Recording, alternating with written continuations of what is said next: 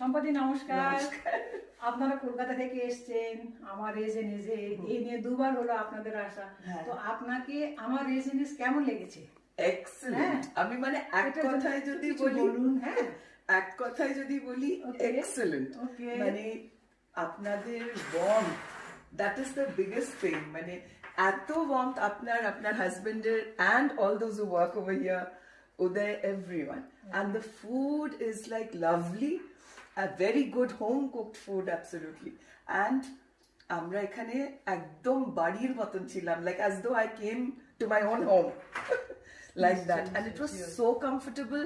Your whole ambience is very good and very clean, very neat and clean. And এত তুমি মানে extra জিনিস সব আচার টাচার সবকিছু দিয়ে রাখো, মানে you just spoil us. Thank you so much. I've been